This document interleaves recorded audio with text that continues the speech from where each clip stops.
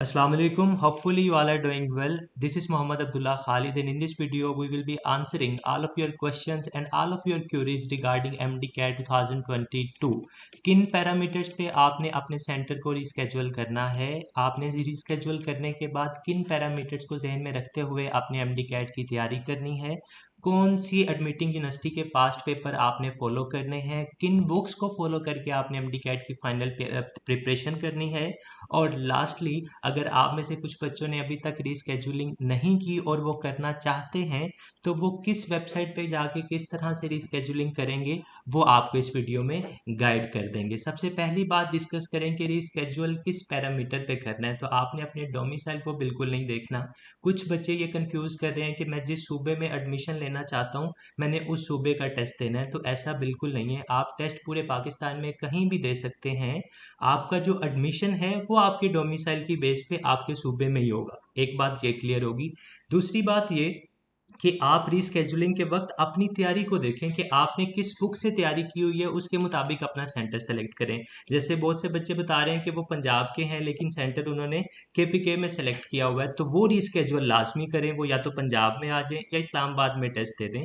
यहाँ पे मैं आपको बता देता हूँ कि किस सेंटर में किन बुक से टेस्ट आएगा। अगर आप इस्लामाबाद या शहीदुल्लाह अली भुट्टो मेडिकल यूनिवर्सिटी के अंडर टेस्ट देते हैं तो आपको फेडरल की बुक में से आपका टेस्ट बनाया जाएगा। अगर आप यूएचएस पंजाब के अंडर टेस्ट देते हैं तो मेजरली आपका फेडरल ही कंसीडर किया जाएगा, क्योंकि जो सिलेबस है वो पीएमसी वाला फॉलो होना है। लेकिन आपको रिकमेंड हम ये करेंगे कि फेडरल की बुक के साथ आप वो तमाम टॉपिक्स जो पीएमसी के सिलेबस में हैं वो अपनी पंजाब बुक से भी प्रिपेयर कर लें। अगर आपने सिंध में टेस्ट देना है तो आपने फेडरल की बुक कंसीडर करनी है, साथ में सिंध बोर्ड से भी वो टॉपिक्स कर लेने हैं जो आपके सिलेबस में हैं।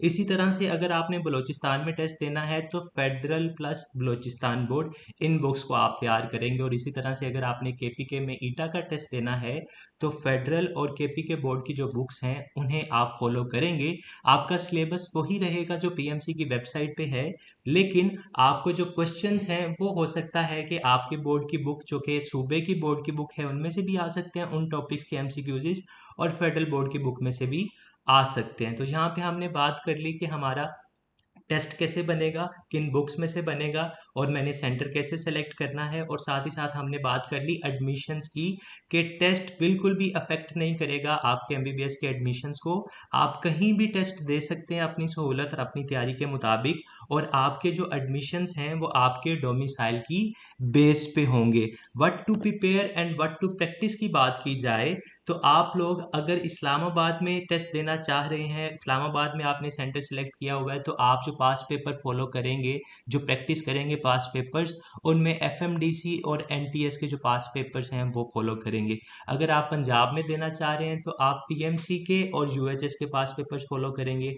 अगर आप ईटा का देना चाह रहे हैं तो आप ईटा और पीएमसी के पास पेपर्स फॉलो करेंगे। अगर आप बलूचिस्तान में टेस्ट देना चाहते हैं तो आप बोलान मेडिकल यूनिवर्सिटी और पीएमसी के जो पास पेपर्स हैं उन्हें फॉलो करेंगे। और इसी तरह से अगर आप सिंध में टेस्ट देना चाहते हैं तो आप एनटीएस और पीएमसी के जो पास पेपर्स हैं उन्हें फॉलो कर रहे होंगे।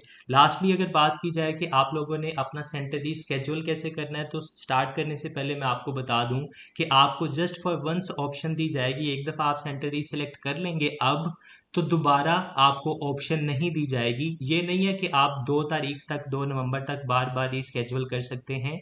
एक ही दफ़ा रीस्केड्यूल कर सकते हैं, वो अभी कर लें, कल कर लें या परसों कर लें। सबसे पहले आपने ये मेक श्योर करना है कि आप बिल्कुल ठीक वेबसाइट पे जा रहे हैं, दैट इज़ pmcexams.pmc.gov.pk/login।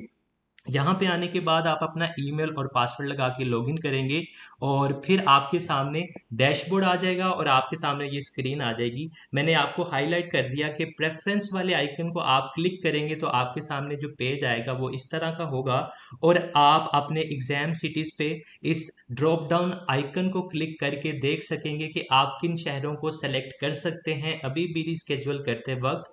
अगर कोई शहर आपको इस लिस्ट में नज़र नहीं आ रहा तो इसका मतलब ये है कि या तो वहाँ पे सेंटर नहीं बनाया गया, या अगर वहाँ पे सेंटर बनाया गया है एज पर द नोटिफिकेशन तो अब वहाँ पे कोई सीट अवेलेबल नहीं है। तो आप किसी दूसरे शहर के जो कि आपके शहर के करीब है उसे सेलेक्ट करके और फिर सबमिट कर देंगे। जैसे ही आप सबमिट कर देंगे तो ये ग्रीन कलर का पॉपअप आएगा और आपको बता देगा कि आपका जो सेंटर है वो सक्सेसफुली रीस्केड्यूल कर दिया गया है। और साथ ही साथ आपको ये भी नज़र आ जाएगा स्क्रीन पे कि अब आपको रीस्केड्यूल की ऑप्शन यहाँ पे नहीं नज़र आ रही। एक ही ऑप्शन आपके पास थी, वो आप इस्तेमाल कर चुके हैं। Thank you very much.